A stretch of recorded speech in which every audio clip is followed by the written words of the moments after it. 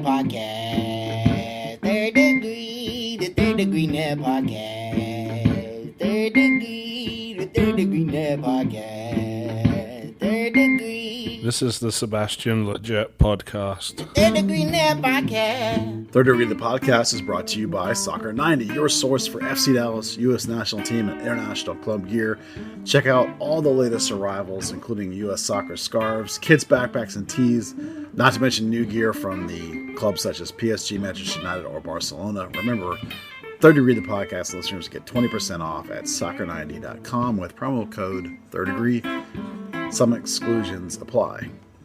And Third Degree is brought to you by listeners like you. If you enjoy this podcast, why not join us on the Patreon and support the efforts of your Third Degree staff? Well, hello there, FC Dallas Curious fans. Welcome to another episode, numbered 171, I'm told, 171 of Third Degree, the podcast. Hi, I'm Peter, joined by, of course, as always, via the miracle of the internet, first, Dan European champion, Dan Crooke. Congratulations, Dan, and your motherland. That was fantastic watching. Thanks. I was the one in the 00 jersey. I don't know what that means, but it conjured a funny mental image, and I laughed anyway. That was a lot of fun to watch. A great game, a great result, and I'm sure you're over the moon about it. Absolutely. Absolutely. Fantastic to see our country not be shit. Maybe in a weird world, you'll win the World Cup in December, too. Who knows? Let's get through this game at Wembley with the U.S. women's national team first.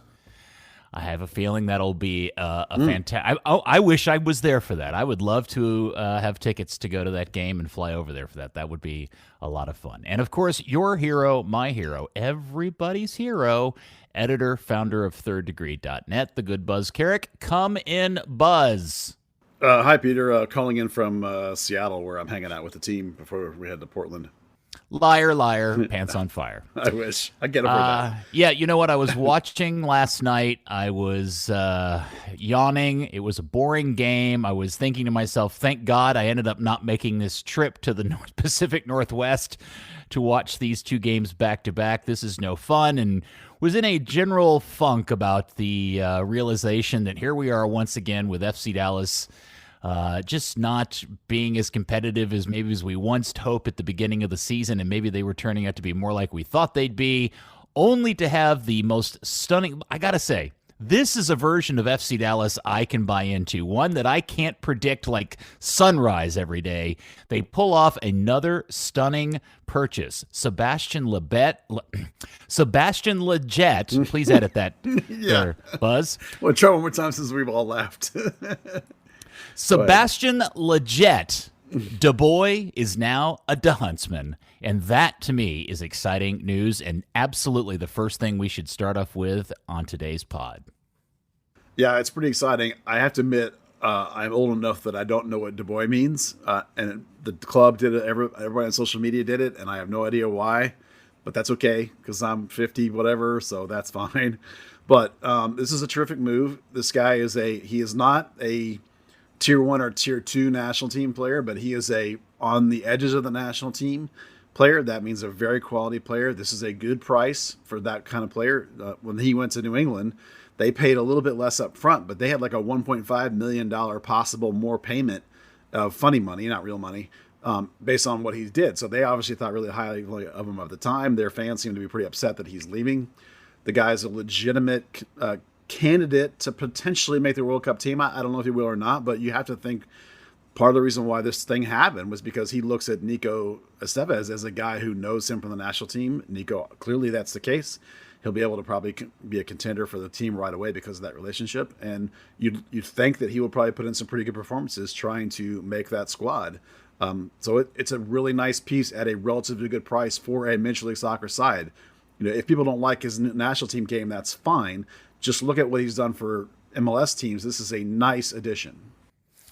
Before we get into Buzz's overview of how he fits into the club, Dan, do you have any insight as to how he was playing for New England? Or, I mean, what is the genesis around New England willing to get rid of him so quickly after going through so much to acquire him for this season?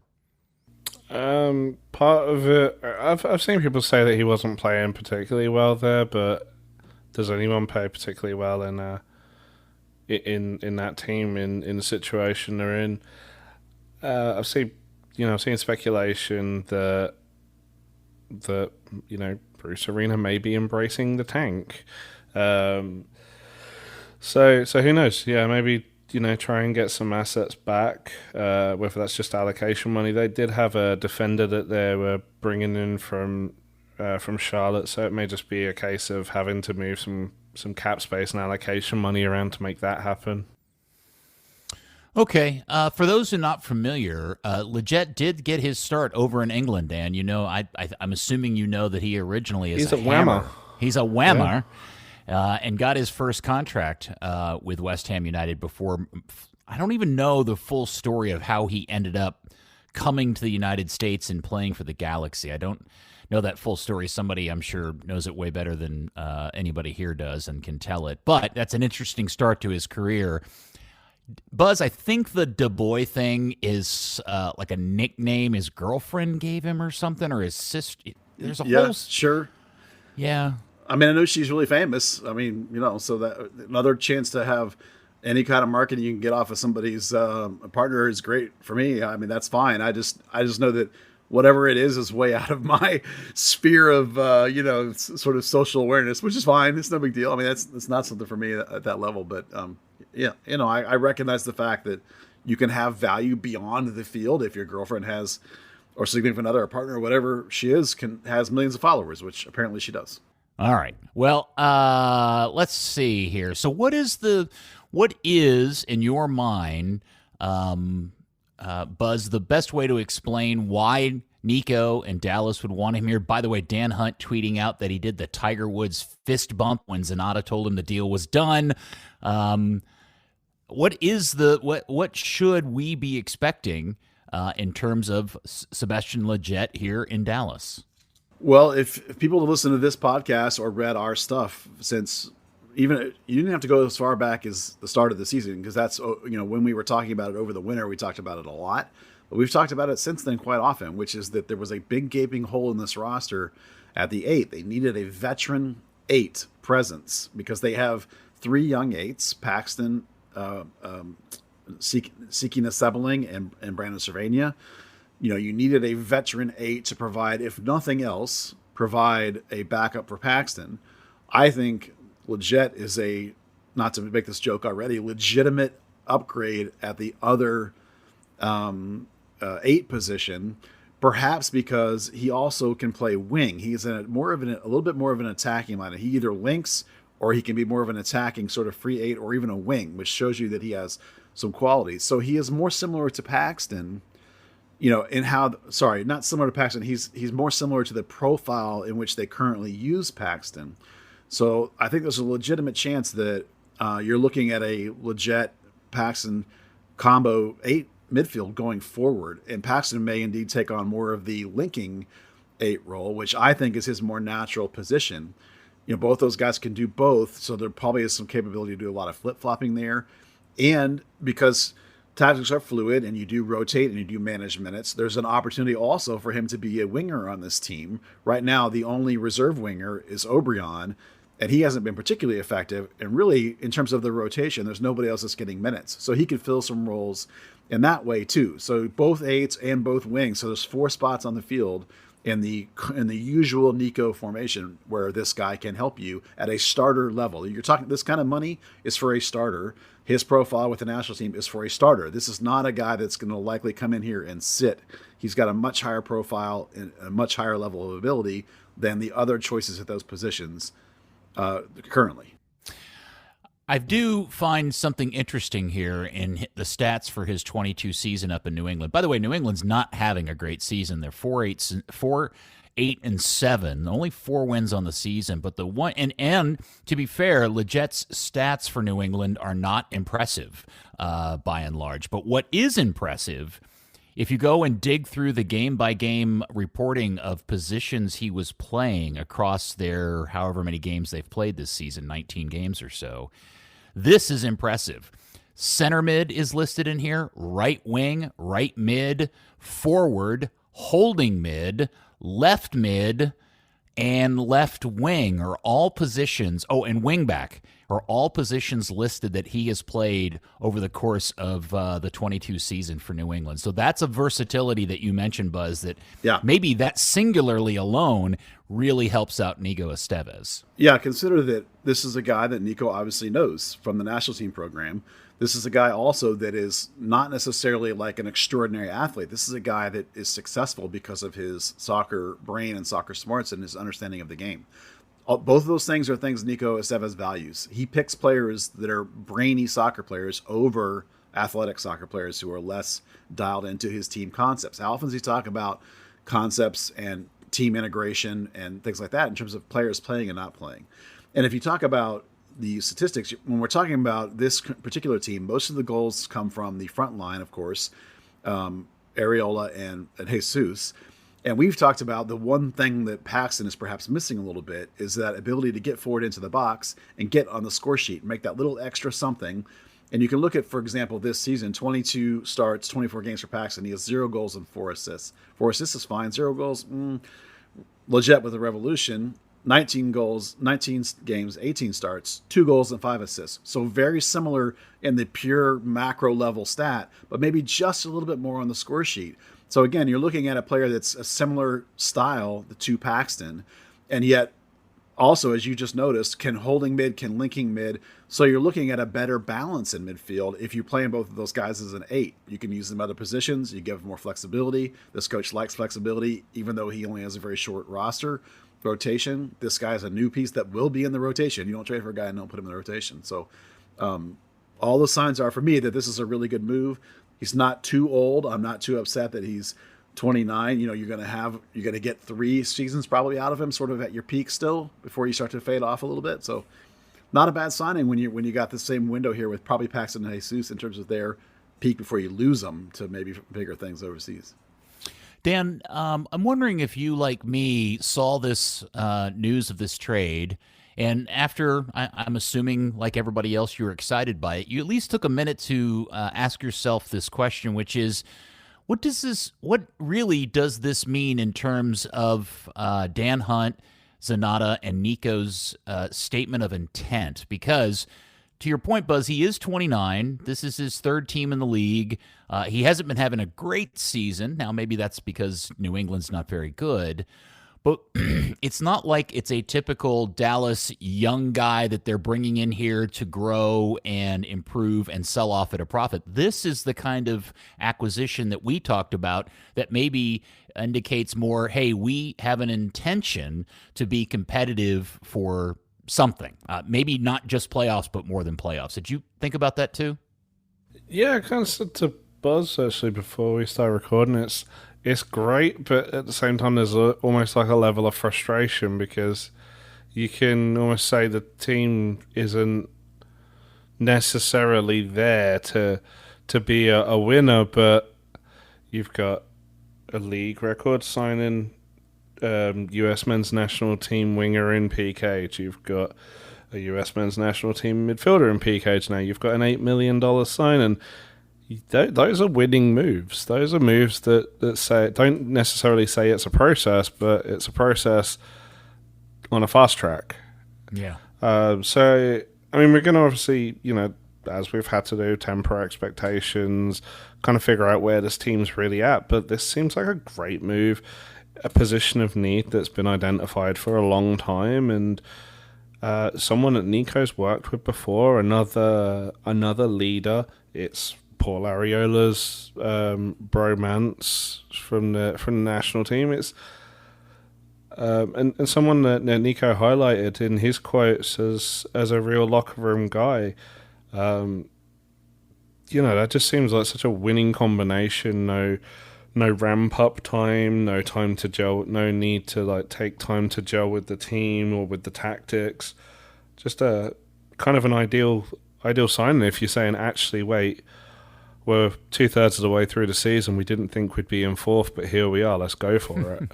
Yeah, one interesting thing, Peter, we have to bring up quickly on him is that he is on a $900,000 base with bonuses up over $1 million. So this is not a cheap player. Now, getting him later in the season, you're going to get a prorated hit on your cap. You know, it is going to be much less than that for this season. Mm-hmm. And we also know that going forward in the future seasons, there are a couple of contracts on this team we expect will depart. So, you know, we hope will depart. We hope they will depart, right? So a little bit of a disjive in terms of what they had told us about how little cap room they have. Maybe they already had this deal in their head that they meant after this they were going to have little cap room. I don't know. They were lying to you, sir. Well, that's very possible too. Sometimes you have to take them at their word, and then you adjust your thinking afterwards. But you know, they did have enough GAM to get this deal done. They obviously have enough GAM that they can buy this number, whatever it is, prorate it down under the cap remaining for the rest of the season. But that is a pretty big number. So you don't take that salary on unless you think that he's a very nice piece to add, because that makes him, you know, like the third highest paid player on the team. Yeah, that's a pretty nice contract. Yeah, it sure does. All right, now just real quick, because I do think this is important, because really the foundation of this entire season in many ways was built around the idea that Dallas was really exciting everybody, at least those of us who are fans of this club, and the fact that it really thrives off its academy, around a midfield built off of Paxton, Cerrillo, and Cervania. But I certainly feel like, while addressing a clear need in this space, I do think in many ways this is a reflection of Brandon's season so far, especially in light of the performance up in Seattle. Yeah, Brandon's had an inconsistent season, but that's been true for a couple of years now. He has not quite progressed at the rate that Paxton and Jesus have in terms of the arc of his progression. You know, he is a player they let go to college for a year rather than signing at like 15. So that, you know, he's on a slightly different tier than Paxton and Jesus are, really, and so's Edwin. You know, so maybe those are guys that we just have to temper our expectations that they're not going to be more significant kind of pieces until they're a little bit older, a couple of years from now, perhaps. You know, I think both Edwin and Cervania have not locked down those jobs like we kind of had hoped they would. Maybe it's just going to take a little longer. Certainly, there was a need for a veteran 8 regardless of how Brandon played, but he's left the door open for Siki, and Siki has come in and done pretty well. You have to be excited about where his future might be way down the road. But when you're talking about if you're talking about embracing this hunt, get in and then do something, this is definitely a get in and do something. Right? The PR from the team says that he's only under contract through next season. You know, so you could consider it a short-term chase it, you know, kind of move if, you know, with the idea that maybe if it works out, we could do something, you know, again, you know, redo a deal next year or something, change the numbers a little bit for some length of time, that kind of thing. So it has a vaguely like rent a player and go for it vibe, which is really weird. Like, if from those of us that follow the Hunts and FC Dallas, that's kind of not really a thing for this team, right? This feels like a pennant move in baseball where you're like, we're going for it, we're loading up. It kind of feels like that, which is so unusual, and it's almost uncomfortable as a Dallas fan. I mean, listen, he's not going to be a superstar, all-star level player, but he is a very good player for Major League Soccer. Yeah, you know, I mean, so we're this excited. Is a really nice piece. Yeah, we're excited as a trio because every episode we've talked about how much this team needs a veteran guy in the middle of the field, and good Lord, what, you know, Brian Acosta's gone, and then was it Ricarte's, all these other players they've had over the course of the last few years that could have filled that role that they let go away, and now the only kid they could turn to was a like late round draft pick who now has vomiting problems, and so this really feels like, I think that's why we're excited. But let's be very clear. Yeah. This isn't going to now make them MLS Cup contenders for this season, and not next season unless they add some other pieces too. No. This is a really good building piece if you think you're trying to stabilize your team to give yourself a shot if you get in this year. He's not a U.S. national team superstar. He's just a solid fringe of the national team. You know, to be honest, his profile right now is very, very similar to Paxton Pomykal. Paxton Pomykal right on the fringes of the national team, maybe just on the outside looking in. Lletget's maybe in kind of the same kind of place, yet Lletget is in the prime of his career and has peaked out where he's going to be. Paxton has lots of room to grow still, so Paxton has a bigger future, perhaps, we hope. But that doesn't mean that this guy right now is not a very good piece and should be an instant upgrade at the 8 spot if that's where you're going to put him next to Paxton. Dan, anything else you want to throw in here about Sebastian Lletget donning the Huntsman kit? Just excited to see it. I figured you would throw a Becky G line in somewhere. If I knew any Becky G lines, I would. Do you know any lyrics of Becky G songs you'd like to recite for us in your fine British lilt? It's been a few years since she did the songs. I didn't know she was a singer. Maybe we should bring that back in this episode. Dan, while we're talking, could you find some Becky G lyrics and recite them before the end of the pod, please? I think this is a tremendous idea. Yeah, it's a tremendous idea. Yeah, that is a legitimate idea. Okay, thank you. Buzz, stop it with that. Yeah, this is a legit move. Okay, stop. It's a legit joke, too. That's too many in one day. You're suffocating So they gave us. him the 12. They almost gave him the 2. Oh, my God. It would have been so good. Well, doesn't Majoma have 2? Yeah, I wanted to cut Majoma just for the joke. No offense, Eddie. And I suspect, Sebastian in no way, shape, or form wants that number either, No. by the way. Of course he doesn't. I would, though. If I was him, I would totally do it. You're all about the bits. Yeah, I am. Yeah. Well, he loves himself some Sebastian Lletget, hence the name Da Boy, which now that I'm kind of reading in the background, I think he gave it to himself. I just read a whole thing on the MLS bio of his. There's this whole quote from Alan Gordon about how Alan Gordon instantly hated him because Sebastian seemed to like Sebastian way too much. Wow. It's on his and was always walking around with his shirt off. That's on the MLS site. If you go to Sebastian's page on the MLS page, on the MLS site, that literally is the opening part of his bio, is this quote from Alan Gordon about how he instantly hated Sebastian Lletget because he was just that guy that seemed to like himself too much. Goodness.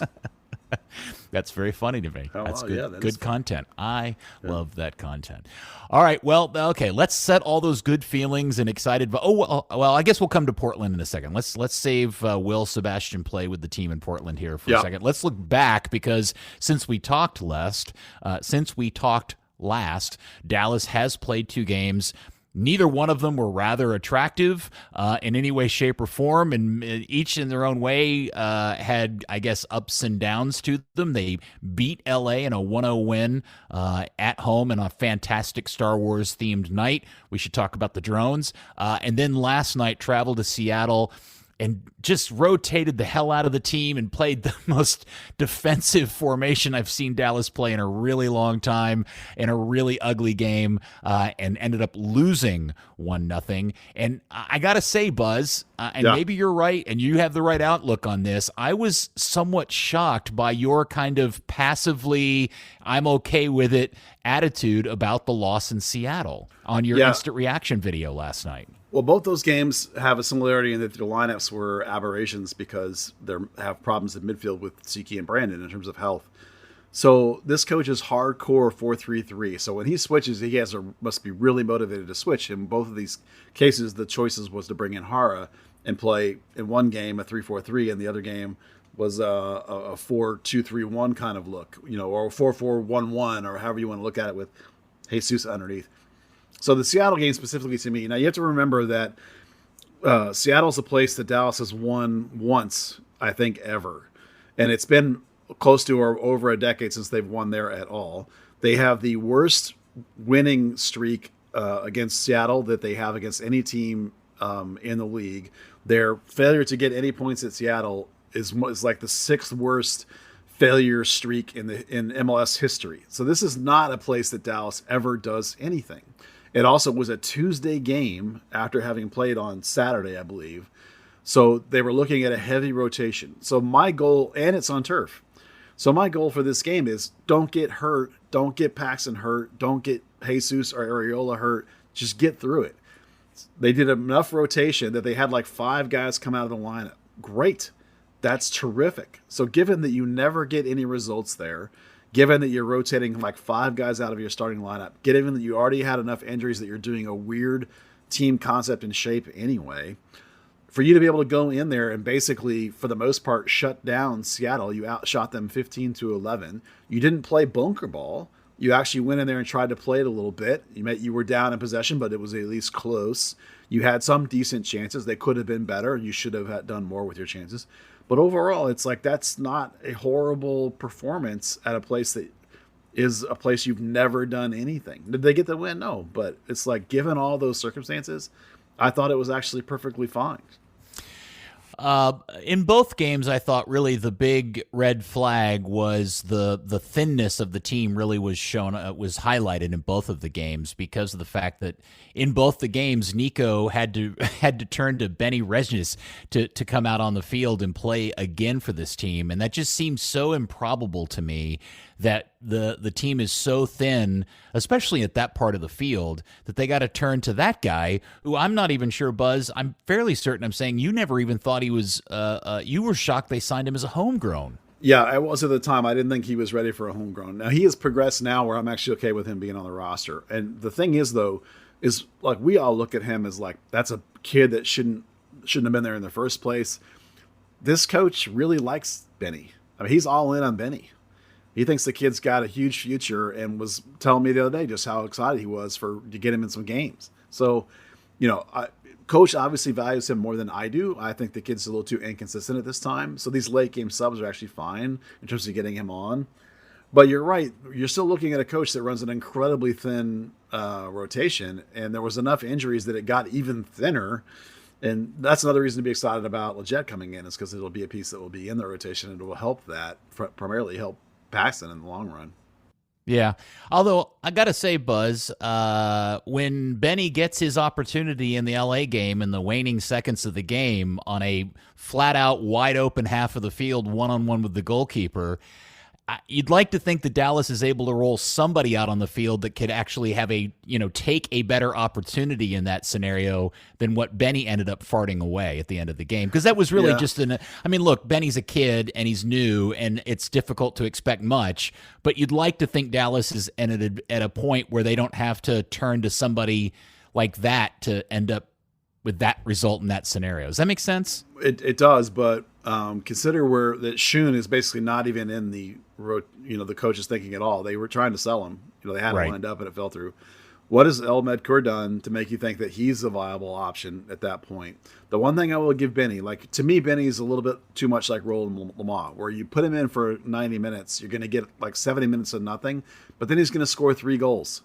So I've literally watched him do that in scrimmage games in practice. I watched that kid score 2-3 goals against the first team in a run. So if you actually ask me, of the players that they have on this current roster that are not in the main rotation, of the dudes that you could bring in at wing to try and grab a goal late, which one would it be? The answer, honestly, actually is Regic. That kid is capable of a moment of greatness. Now, he'll screw up 8 or 9 other things like Roland Lamar would, but that's the kind of player he is. So I know, but in that moment, when they brought him on, I slumped and I went, I can't believe we're here, that kid's the substitute.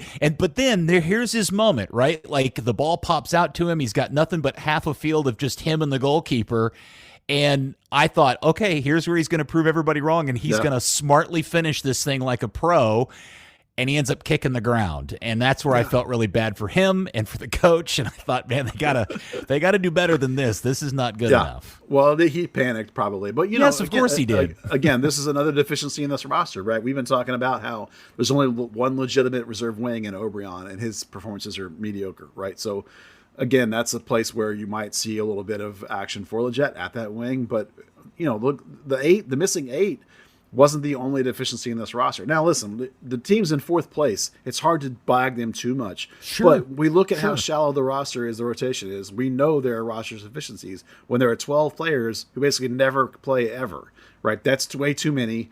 They need to do some things still. If you're talking about making the team into an LAFC, they got a lot of holes they got to still fill. So definitely a off-the-bench threat wing, like they used to have when Fafa Pico wasn't starting, when he could come in and get something late. They don't have that right now for sure. That's definitely one of their roster issues. Dan, you want to chime in here at all? Is anything I haven't heard enough from you tonight? Just still thrilled about Sebastian Lletget and making all the too legit jokes in my mind. Okay. You're also very busy researching Becky G lyrics, so I won't bother you too much. Buzz, I do, because of Faku's injury, and I know he's out for a bit of time, we have now gotten an extended look also now at Edwin Cerrillo as the holding mid. And that's been a kind of that's been an ongoing debate, both publicly within your Discord, for sure. You've written some stuff about it. Where are you now on your Edwin Cerrillo meter? After yesterday's game? The same as I was before. He still has a lot to learn. Where his deficiencies are in positional understanding, particularly like once his team gets the ball back. He's not anticipating enough and putting himself in good build positions.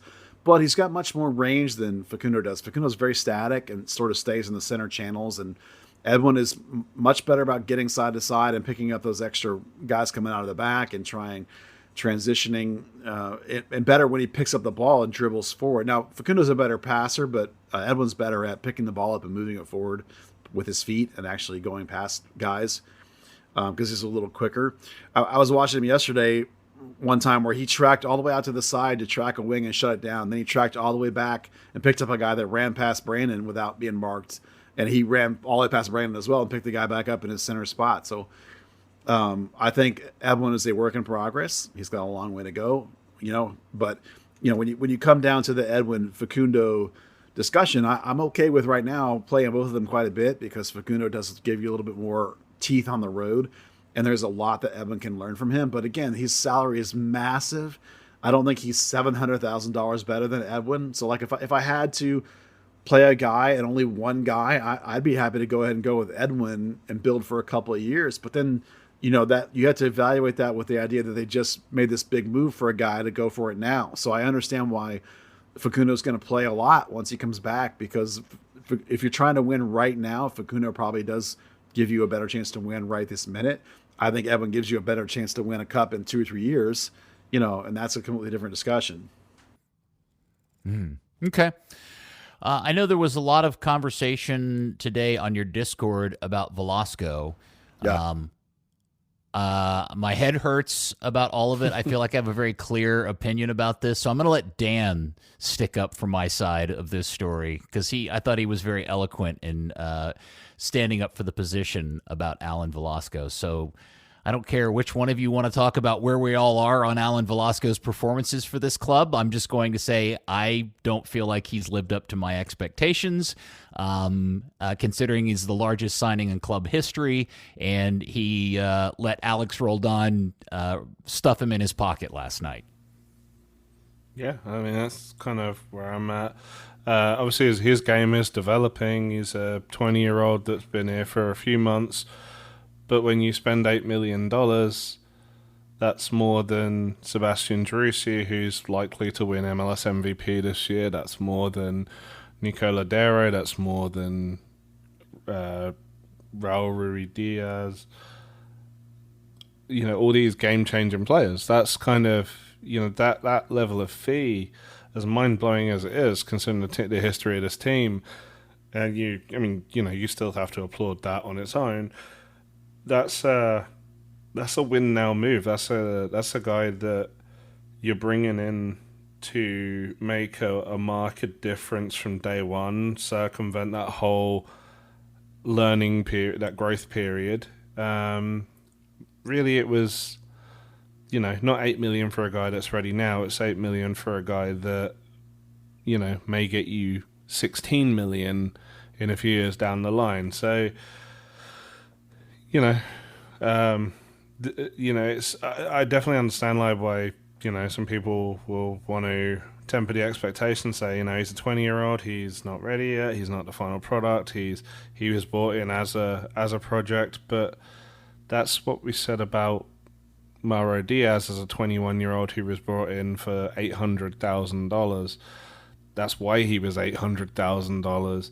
The second you get into those big money signings, it's like Frank O'Hara. You expect goals because his salary is $2 million plus whatever his bonuses are, and rightfully so. Yeah, it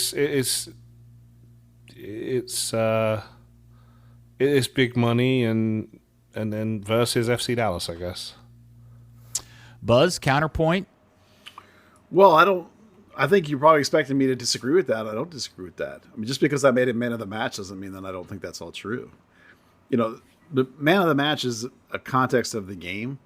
He was Dallas's, in my opinion, best player last night. He passed at like an 88% clip. He had 4 dribbles. He had 2 key passes, which led the team. He had 13 duels, which I think was second on the team. You know, in the context of the game, I thought he was a more mature player and attempted to do better things, and he controlled more of the game, particularly with 5 other starters out of the game. He was a good performer, so he was my man of the match. That doesn't mean that I think he's going gangbusters. Also, if you use the sunk cost fallacy too, which is that you have to ignore the money that's gone. So if you only want to evaluate him for what he is, then his performances continue to improve. His statistics are going up. He's getting better in all areas of the game. So for a 20-year-old player with a big upside, I like all of that. Now, none of that changes the fact that you paid a lot of money for him, and he should be a lot better than he is for that money. So I think both those things can be true. I can both be happy with his current progression and think that he should be a hell of a lot better than he is, considering you spent $8 million for him. Those things can all both be true. So I guess I'm trying to think, actually, because the thing that sticks out about his game is how often he doesn't vary his runs. He will run straight at a player and then wonder why the ball didn't magically go through their legs and why it's now behind him. I'm just trying to think, FC Dallas has some really good coaches, probably the best goalkeeper coach in the league. You've got a fantastic coach for midfielders in Peter Licine. You've got some guys from Spain with great pedigree. What he needs is someone to teach him how to keep the ball at his feet, how to dribble, how to go around a player. And I just don't know who...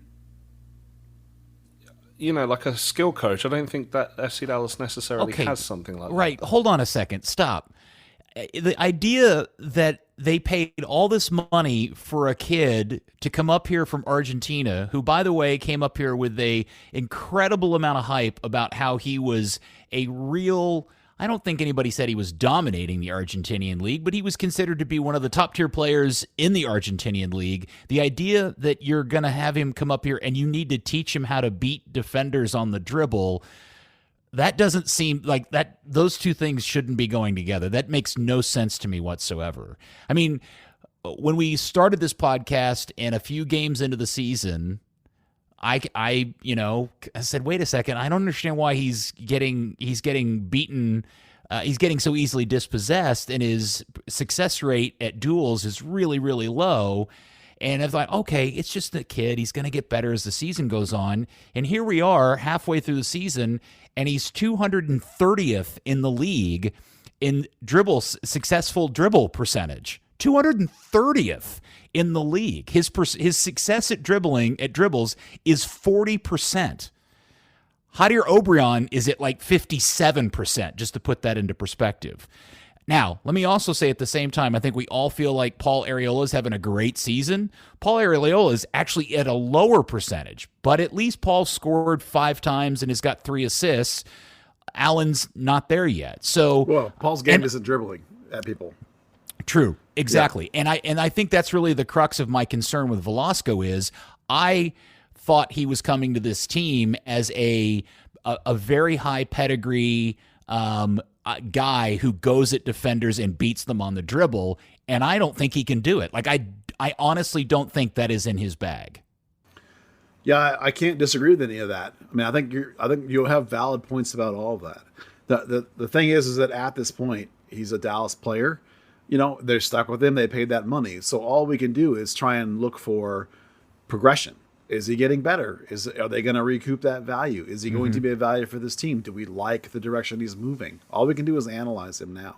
Yeah. I 100% agree with you that for the price they paid, he should be better than he is. And maybe it's one of those things that it'll click and it'll come and the right and Nico will kind of get to him. I think one of the reasons why he plays every single game, no matter what, pretty much, is because of how much money they have invested in him. He's not a guy that you can now go stick on the bench and say, "Well, worry about him the next year." Right? Yeah. I mean, he is your best option.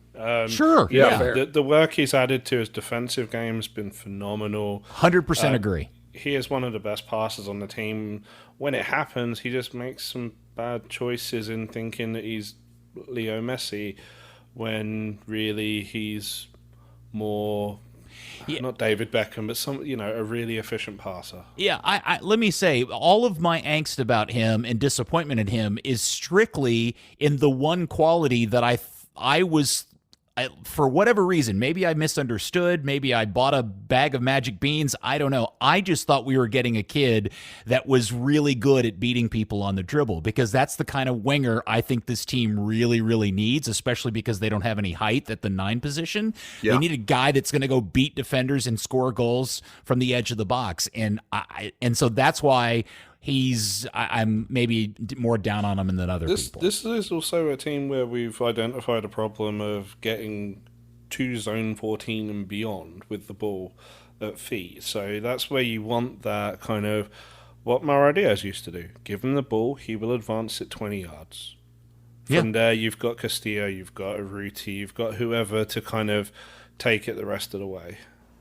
Yeah, one of the things I will say about the game in Seattle that I liked was that if you looked at this heat map, a lot more of it was popping up sort of in that underneath sort of position, very central, trying to take on the role to be some of those guys. You're talking about a player who is still immature in his thinking.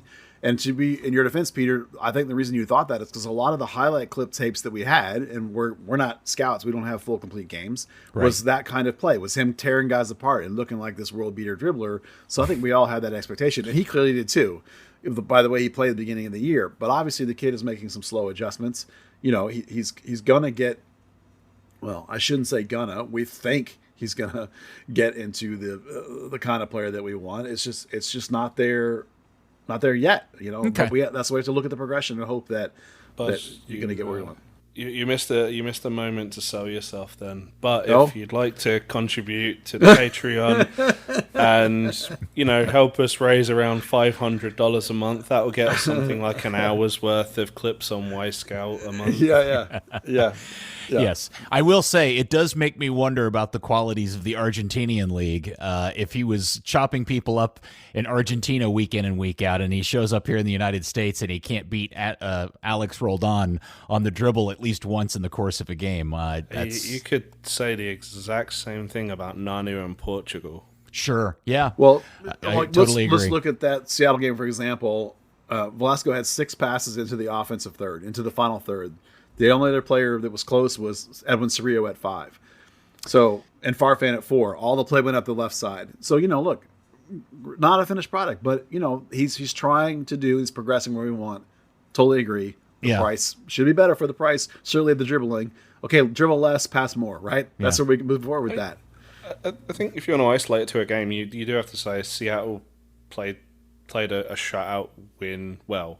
They knew they could let Dallas come down the left, nick the ball, get it up to, get it from Roldan to Morris, and have a really strong attempt at a counter attack. That was their entire second half. Really, that was everything after the goal. That's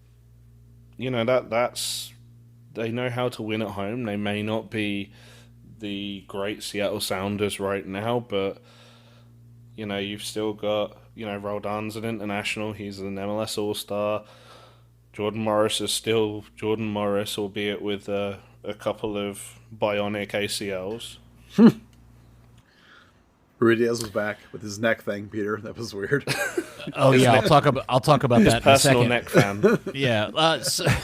I do want to point out, and I do think this is important because over the course of the last 3 games, Dallas has given up only 1 goal, and that's the goal last night in Seattle, which was a weirdo goal where Paz clobbers into Jordan Morris and tries to break him in 2, and that ends up being a penalty kick. Totally legit call. I don't have any beef with that, but no. I do think it's important to note, especially on the heels of however many games they went with leaking goals like a sieve, that is a significant improvement that we probably should at least pay a little bit of attention to. Yeah, and I mentioned in my post-game thing, I thought it was the best not with Hedges game we've seen in a while, with Nicosi and Jose Martinez playing together. I never felt it was like one moment in the game where I thought Seattle was kind of dangerous when Nobu or whatever his name is got forward and he blew that. Other than that, it's like the one PK. Really, I didn't think they were dangerous at all, and Dallas did a really nice job. Like only 4 of their shots came even inside the box. Shots from out deep, I never mind that because you can block most of those unless it's a world beater. And we also got the debut start of Quiones at center back when they started off with the back 3 center backs. Yeah. And I know he got lost on Morris on the PK shout, and there was another run through where Morris was offside that Quiones looked a little slow to react to. But overall, I was solidly impressed by his debut game, and there's something in there. Yeah, the lift was for Jesus to change formations, get Jesus on. Go to a back 4. I mean, I'm with you. I thought it was an okay start. I want to see a little more. He was not a here at the beginning of the year. I don't think, if I'm trying to remember correctly. So he's a guy you're trying to kind of work into your system. I think they got him with the idea that he could be, as a U22 initiative. Those are guys that you're supposed to develop and build around a little bit. They're not supposed to come in like a DP is. So I think he's one that they're hoping could be a piece going forward, and I want to see a little bit more of him. I wasn't too upset. I thought he was perfectly fine. He was a little bit unlucky. Seattle were always going to target the Dallas right, whether it was Nanu or Emma, and try and find the half space in there, particularly when they see the lineup and there's a rookie centre back with Tafari inside of him. You don't have that Matt Hedges kind of cheating to cover the half spaces. Really, he was a little bit unlucky with that 4th minute chance. He kind of got burned on that. He got caught napping a little bit on the aerial ball that ended up being the penalty. He was the right side of Morris and was pushing him out wide, which is exactly what you want him to do though. Overall, really strong performance. All 3 centre backs really did well against a place where FC Dallas has gone and shipped 5 goals very easily before. Yeah, and I would also like to throw in there, setting aside his insanely weird passing, Tafari, I thought, had a really solid game. A couple of chances where he had to chase people down and try to prevent shots or at least disrupt shots, I thought went really well. And he's just absolutely dominant on those set pieces with his heading. That's maybe one of my favorite parts of his game. Yeah, there are some tiny qualities that are not like you like, but the presence is good and the command of the area is good. What's not lots to like? His passing. Well, I know, but I'm trying to not dwell on that. Well, you asked, what's there not to like? Yeah, his passing is technically good. It's some of the decision making, which I was going to say you can also say about Jose Martinez, how he has that tendency to hold the ball, turn around again. Turn around again, turn around, eat his lunch, lay it off, receive it back because that was a terrible pass, and then just lump it upfield. It sounds like a Saturday Night Live skit, and it's exactly, and it's funny because it's true. And poor Franco Jara, man, watching him over the course of these last 2 games is almost painful to watch. I didn't hate his game last night.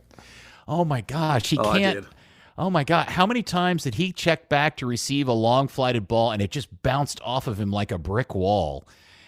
He's just hold-up play isn't very good. He arguably may be the slowest player in Major League Soccer. Yeah, the thing that, and you just a second, Dan, you can look at Dan's game breakdown, and there's a average position graphic for FC Dallas in that graphic.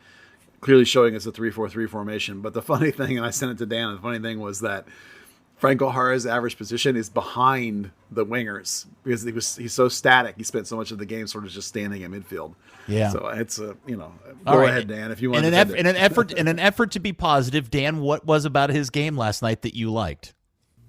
No, I mean, nothing specifically. I didn't hate it. That's what I'm saying. Okay. No, I think going there, he stuck as a high 9 with really no support. That graphic kind of shows everything. It's a lot like sometimes last season where we'd see the wingers were playing higher up because how much the forwards having to drop back and come into play. I think there was something I put in our little group me chat, which was from Who Scored. If you combine the heat maps of Jesus Ferreira and Franco Jara, there's a lot of blue.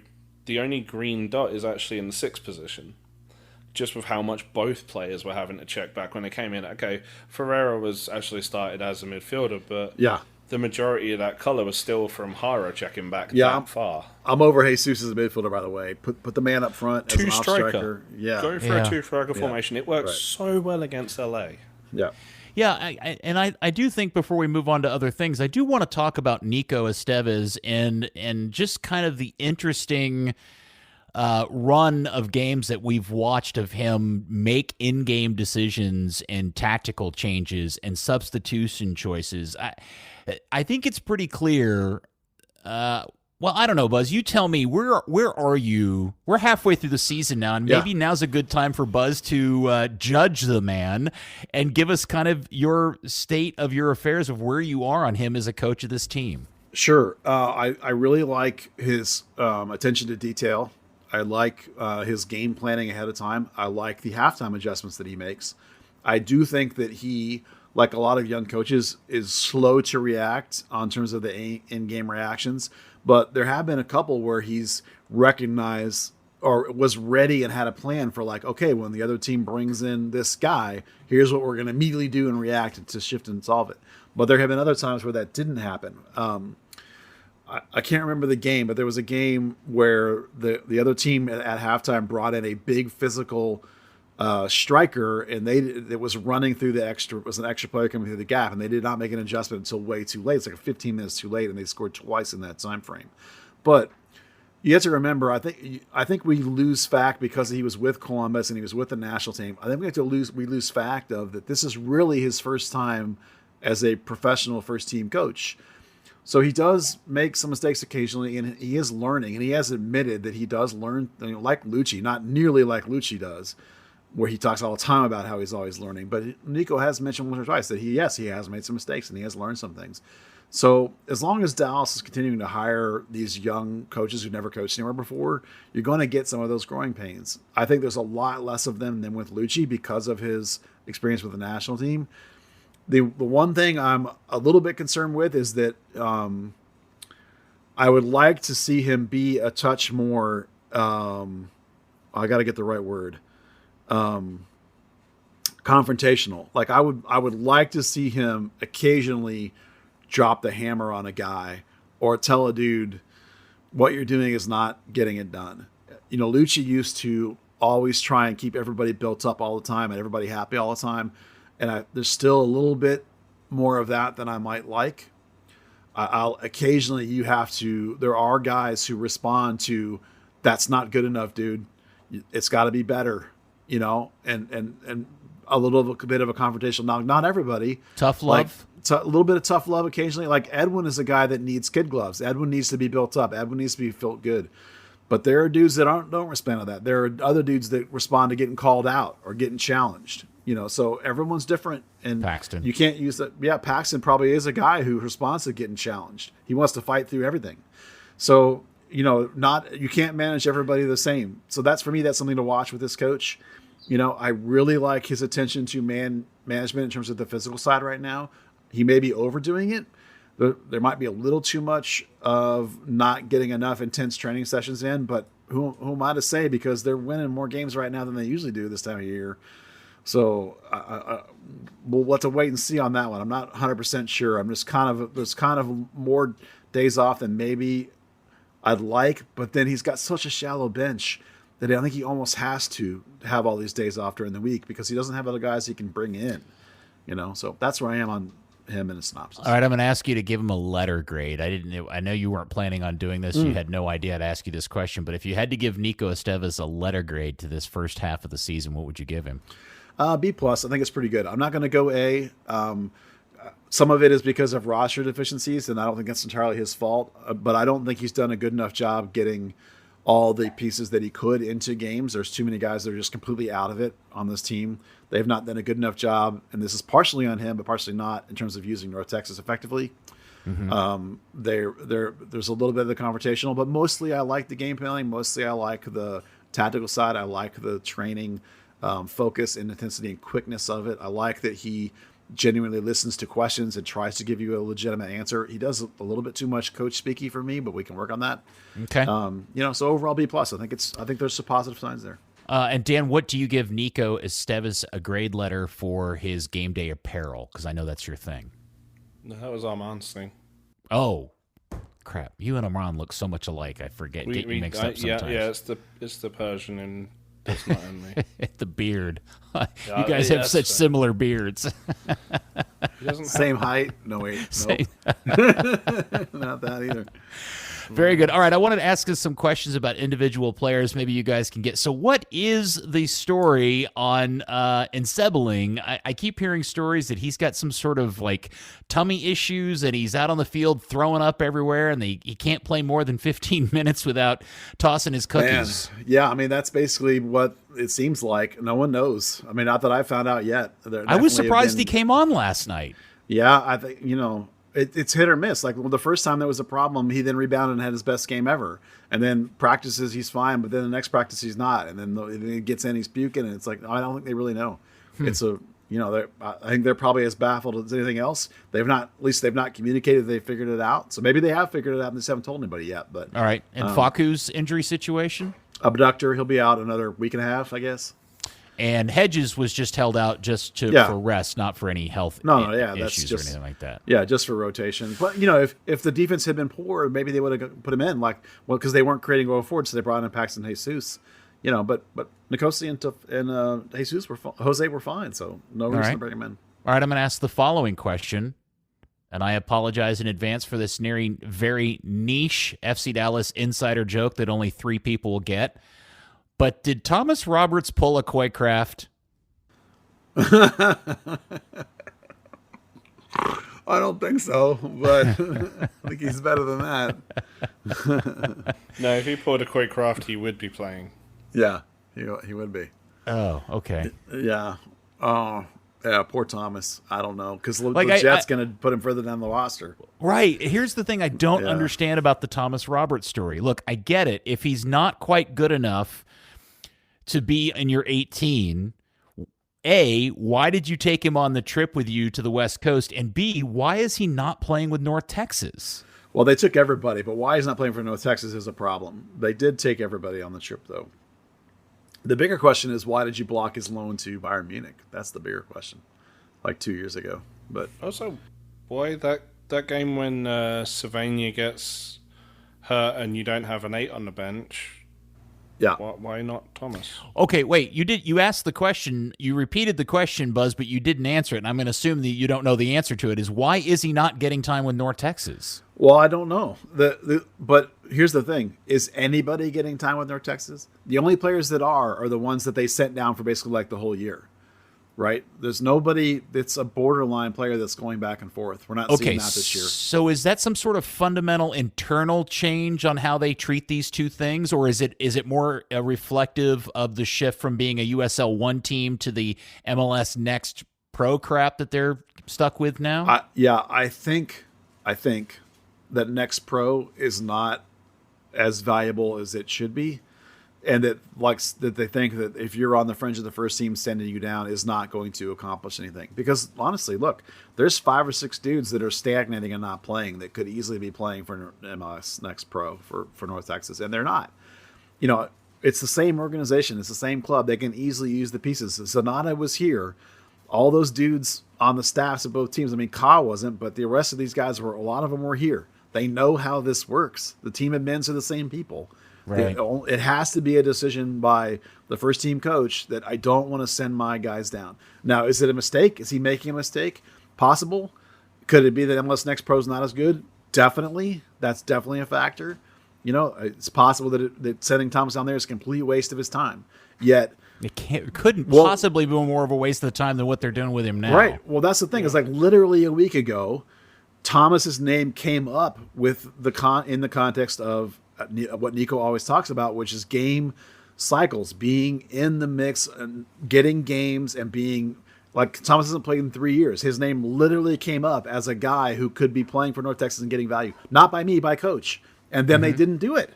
So I don't, why I don't understand. It's a gigantic mystery. And I feel really bad for Thomas because he's getting completely hosed by everyone he ever joins that doesn't use him. You know what I mean? It's like, if you don't want him, just get rid of him. Let him go play somewhere else because he's missing the most important years of his career not playing. And if you're going to keep him playing for North Texas, give the kid a chance to play somewhere, or send him on loan again. I don't know. Do something. Don't let him just sit there and do nothing. It is a great mystery, and I feel terrible for Tommy Poo. They're screwing him, the kid. Yeah. I mean, if he's not good enough, he's not good enough. Get rid of him. Let him go play and earn a career somewhere else. But if you think he's good enough, if you're going to not let him go to Bayern Munich, then you need to play him. You got to treat him with the respect he deserves if you're going to block that move and play the kid somewhere. Get him some minutes. No, don't get me started on this one. It pisses me off. Oh, yeah. No, Yeah. I get it. All right. Yeah. Well, this kind of takes us full circle back to the beginning of the conversation, which was the addition of Sebastian Lletget. Now, there is one more day left in the window for Major League Soccer.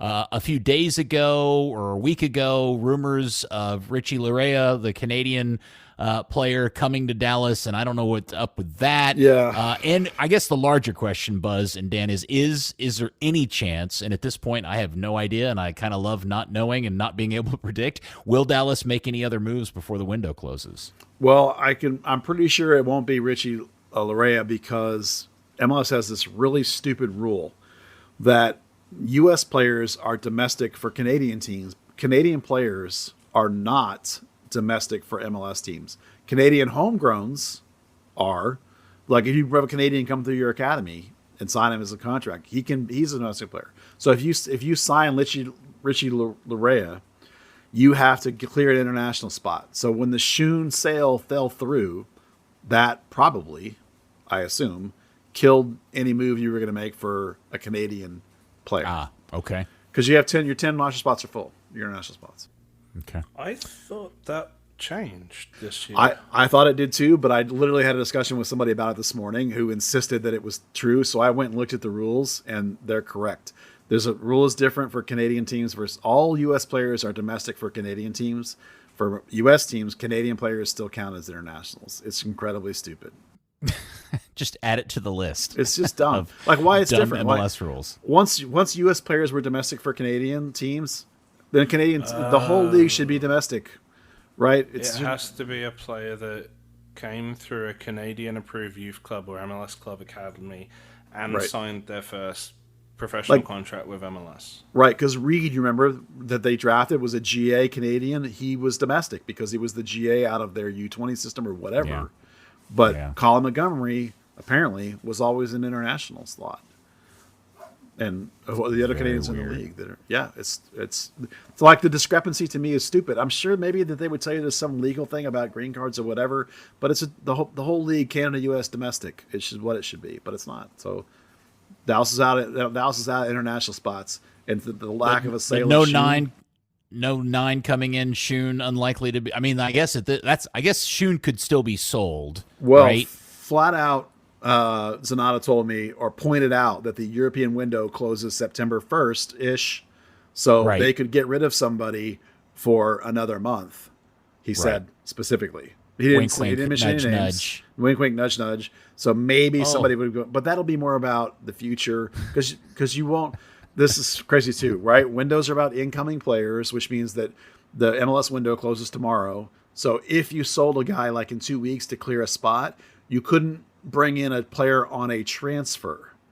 Now, we caught this happen in Dallas before. If a guy's a free agent right now during the window, you can still sign him up until the roster freeze. The MLS roster freeze is 1 day after the European window closes. So if you were to sell a guy and there was somebody out there as a free agent, you could add them. You just can't transfer them in.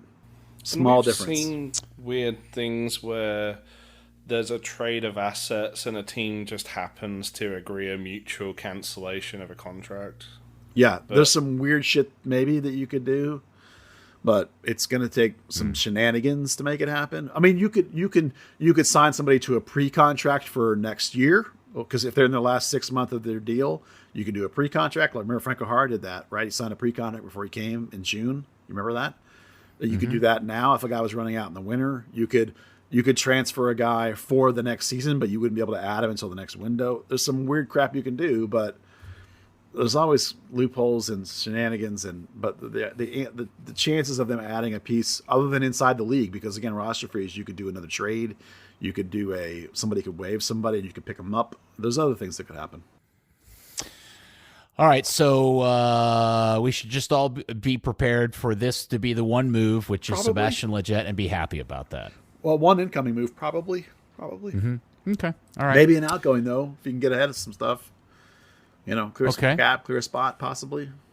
So Portland this weekend, the guys are staying out in Seattle through the weekend, or through the week, as they play Portland on Saturday. And I guess that does lead us into the question, does Lletget instantly get inserted into the 18 or even into the starting lineup? Yeah, he said today he's going to travel and meet the team there. I think there's enough familiarity with this coach that he could be on the bench for this game. I don't think you can start him without having had him practice at all, but I think you could probably put him on the bench right away. I guess not. Well, I wondered, the only reason why I brought this, I wondered if he could start, is because, am I wrong in thinking that Brandon went down injured at the end of the game, or was it just cramps? I think that was just cramps because he hasn't played in like a month, really. Okay. The U.S. plays the same system as FC Dallas.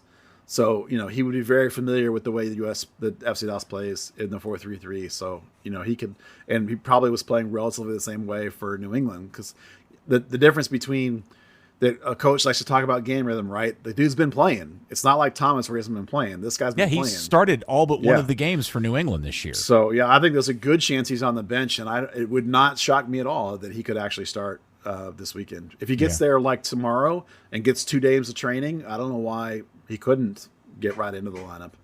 Yeah. Especially with Brandon and Sebling kind of banged up. It would let you go back to your native 4-3-3 you want to play. That gets Hara out of the lineup. I mean, there's what's not to like, right?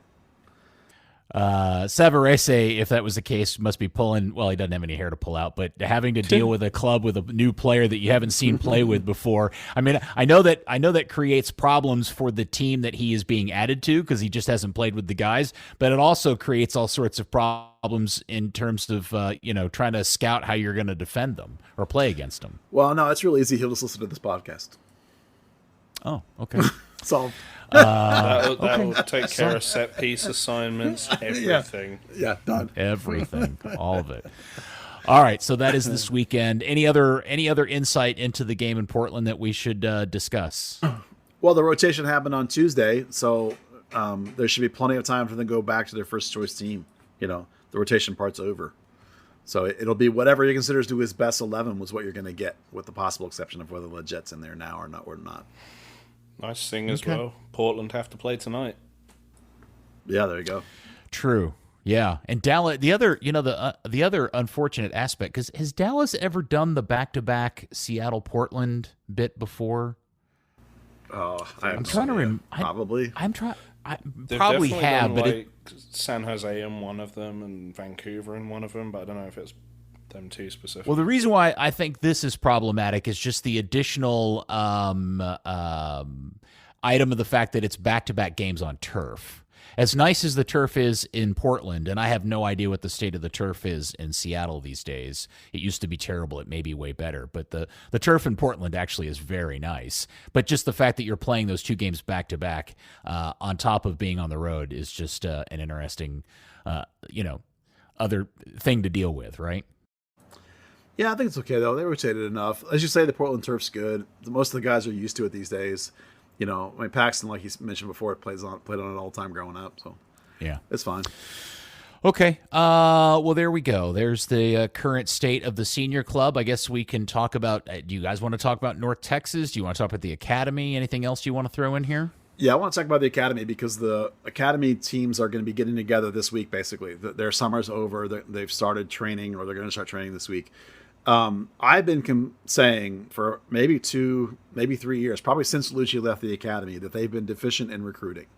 That because Lucci left, Oscar left, the Bazans left, Lucci took Lucine with him to the first team. They've lost a lot of their recruiting power over the years. Well, this summer they went crazy on recruiting. They've probably brought in 20 players up and down the academy that I know of, and there are probably some that I don't know about yet. So they've recognized when you that say, there was, let me ask a question. Yeah. When you say recruiting, are you talking about bringing players in from other clubs outside of the FC Dallas system, or Yes. both those things, or Yes. what? Okay. Well, 99% from other teams, whether it be locally, like the 3 kids from one single age group from Solar, Yeah. or there's been 2 or 3 guys from RSL Arizona. There's guys from Philly. There's guys from New York. There's guys from Chicago. It's like they're recruiting guys from all over the country. Now, whether it's the attraction of their proven pathway, whether it's guys that couldn't quite break through where they were, we'll see if they're any good. But there's been some recognition within the organization that they had been deficient and that they were relying too much on just what they had started with at like the U12 level, and they weren't refreshing enough. Remember, people like Thomas and Chris Kappas, Chris Richards, Tanner Tessman. These people all came in late. So U15, U17, U19 even sometimes, right? Recruiting matters. So given how much the deficiency they've had, in my opinion, in this regard, to see a massive sea change in this is really good. They've recognized that there's a little bit of a lull and that they're trying to address that. And of course, too, everyone else is getting better. Everyone else is recruiting and competing at the academy level. MLS is getting better. It's now going to take more and more of the highest, very top tier talent for you to get a chance to be a homegrown, because it's when you've got guys like coming in on these $1 million contracts, how is a 17-year-old kid going to beat that if he's not a world beater? So it's going to be super competitive, and they're going out aggressively and trying to address it. So when I do eventually get the rosters, there's going to be a bunch of names on there people might not recognize, a bunch of new players. Okay, real quick, because I'm not up to the rules on this, but I was under the impression that you couldn't bring in kids from other academies that were outside in some other MLS team's territory. Well, there's a rule change coming for the territory rule. It's going to be different going forward. I don't 100% know exactly what it is, and so I don't want to have it any bit wrong or any bit speculatory, so I'm not going to dig into what it's going to do. But it is going to change. The territory rule also only applies when you actually sign them. If they've been in your academy and lived here with their family, or if they're old enough, if they've lived here on their own for a year, then that can all change. Okay. They have to actually live in your territory for a long enough time. Like when Kappas got blocked, he'd only been here like a year or less at the time they were getting ready to sign him. And he hadn't been long enough. He hadn't moved here with his family. That was like a clear recruit situation, So like if you're talking about a 14-year-old kid and he's coming here with his family, or he's coming here and taking up residency with a host family like Tanner or Thomas did. Now, of course, those guys were not from homegrown territories, but there is a change coming, and we'll see how it affects some of these things. And you can move territory rights. They are tradable. So, every situation is going to be different, and I can't give you definitive answers on any of them because I don't know. I just know that these names are now going to be on the roster, and they're joining this team, this club. All right. Now, does any of this in any way related to the rumor that that you got on Twitter today that the best named kid in the academy, Knight Pickering, may be doing the Gojo bit? No, it's not. He's a player that if ever. By the way, I think the name Steel Cook may actually beat him out. Oh, okay, fair enough. Yeah. Pickering is the young kid who, when Lucci was in charge and Jesus was missing and they needed a 9, he would invite Pickering into training camp. And based on those choices, for them to bring him into first team training, we all thought, okay, the kid must have a certain amount of quality. He probably also thought that because he signed with an agent. Now, the minute you sign with an agent, that kills your chances to be an NCAA player. So he's limited himself to his only option is to be a professional. Now, the meat of this rumor is that if you go look him up now on Instagram, his bio says professional soccer player, and the only team that follows him is this team, Memphis, and he's taken down all the pictures of himself in FC Dallas jerseys. And he's not currently under a professional contract, is he? Well, not as far as I know. I mean, obviously he must think he is now. Nothing's been announced. Okay. But he now says that on his bio, and it never said that before. So that's just rumor mongering and like me reading the tea leaves of this. Is this rumor real? So it looks like he's going the Jogo. The difference is, and I try not to be negative about kids, but when you're signing a professional contract, then for me, the gloves come off. So I'm going to tell you that, in my opinion, this is not Jogo. Jogo was a player who people are like, this kid's going to play for the national team. He's going to be in Europe. That's not this kid. This kid, to me, is a player I'm not sure was going to get to Major League Soccer. I think he's probably a USL level. I honestly don't think he's an MLS level player. So I'm not sure what he was doing signing with an agent, to be honest with you, because he's killed his chances to go to college, if that was in the cards or not. And so now he's going to be taking this leap. So he's different than Jogo. It's the same in that he's going to go into USL. It's different that, in my opinion, there probably weren't European scouts telling you, oh, come to Hoffenheim, come to Norwich. That probably wasn't happening based on my analysis of his play. So maybe I'm wrong. Maybe there are people doing that.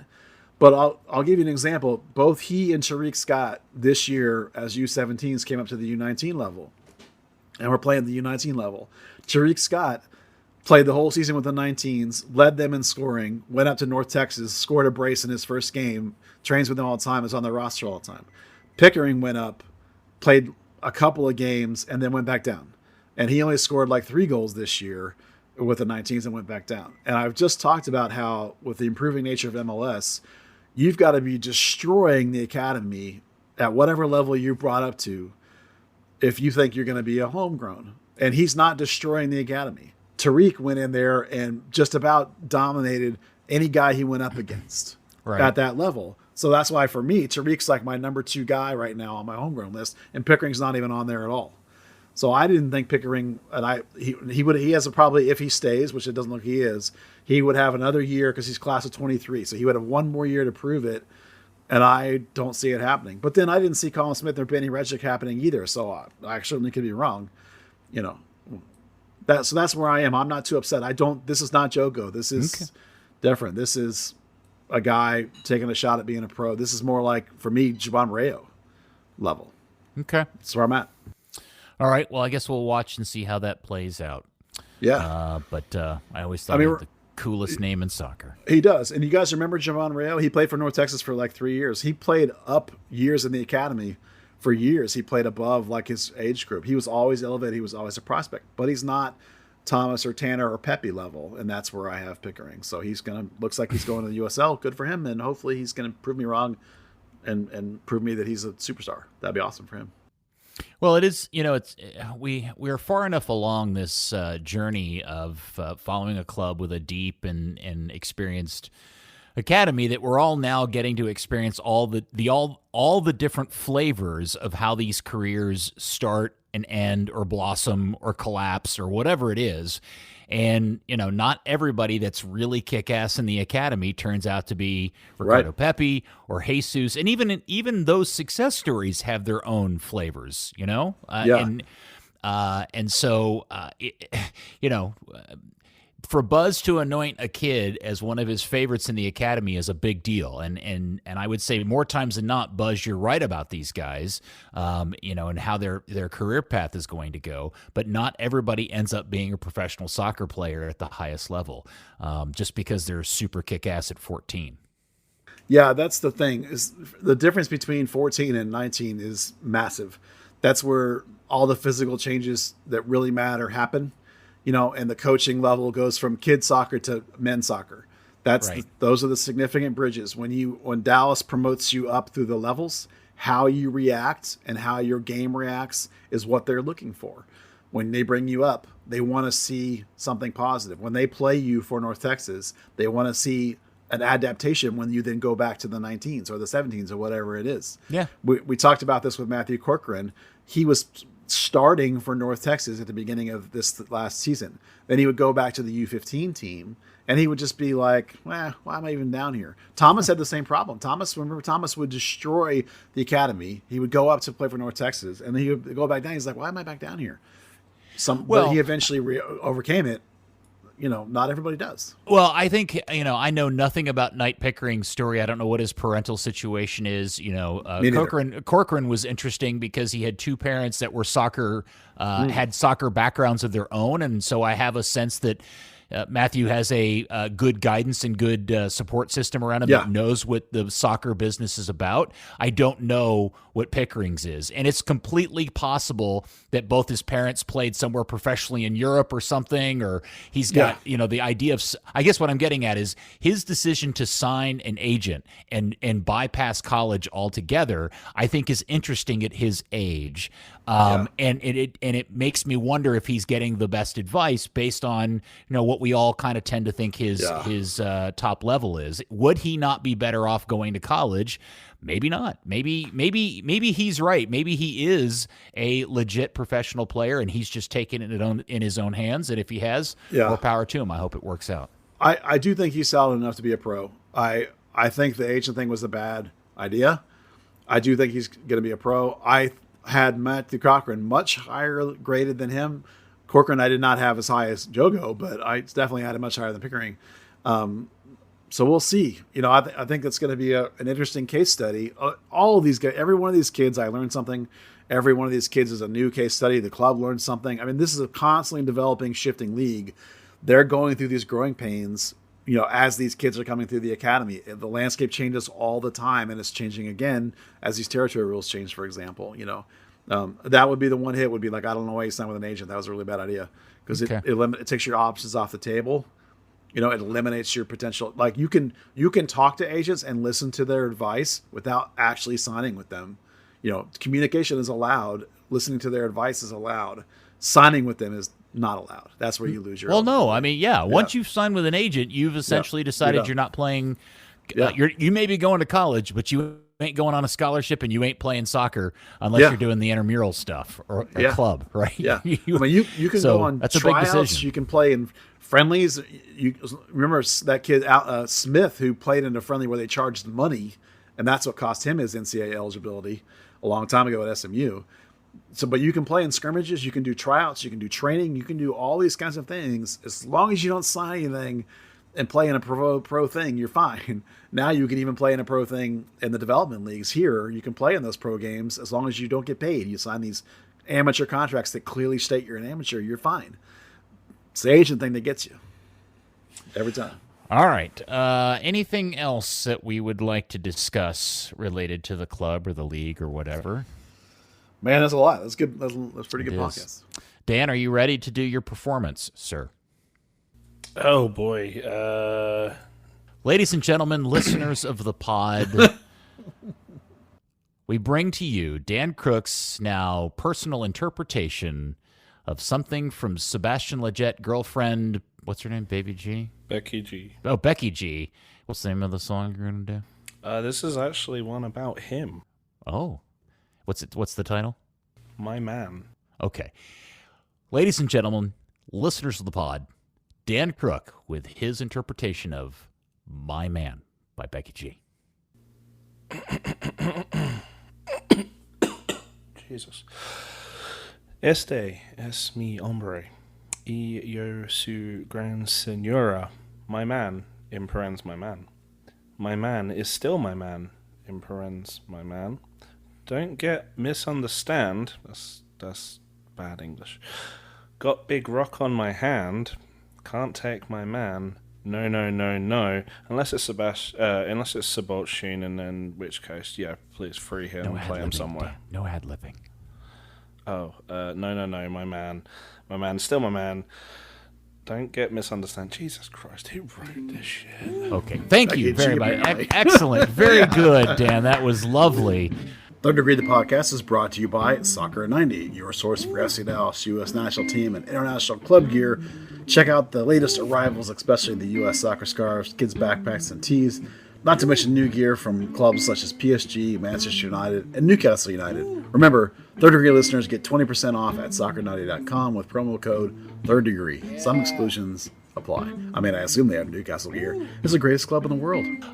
Well, I think this pod ended up becoming a different vibe than I anticipated. I thought we were all going to be bummed out about the loss and the current state of the club, but no, we suddenly have a new vibe after Dan Hunt and Andre Zanata and Nico Estevez surprised us with the big trade, Sebastian Lletget coming to become a Huntsman. That's a good thing, right, Buzz? Oh, yeah. No. Don't undersell this edition. This is a terrific edition, in my opinion. It is. All right. Dan, thank you. Fantastic work, and I love your rendition. You should workshop that some more. I won't, but thank you. Okay. Also, again, congratulations on the European Championship. And 2, how did Luton Town do last weekend in the opening of the championship? We had a pretty hard-fought goalless draw with Birmingham City. Okay. Who do they have this weekend? Shit, I have no idea. Oh, my gosh. That's not good. Dan's shine on his hometown has gone off. It's Burnley away. It's on ESPN+. Oh, Vincent Kompany's Pass It About Burnley. The all-new look Burnley. Good, very good. All right, we'll expect a full match report next week. Buzz, thank you. Congratulations on the exciting day. Oh, thanks. I don't know, congratulate me, but okay. Thank you. It's always good when things happen with the club. It's good business for the business, right? Yeah, they did it when I was in town. I was excited for that part. That's true. Yeah, lunch. You were actually here when it happened, so that's always wasn't on my computer, but it's fine. That's a positive. All right, Tommy Poo, we love you. Don't forget, we always love you, Tommy Poo. And thank you, FC Dallas Curious Fan. We will speak to you next week on another episode of Third Degree, the podcast. The boy has arrived. The Third Degree Net Podcast.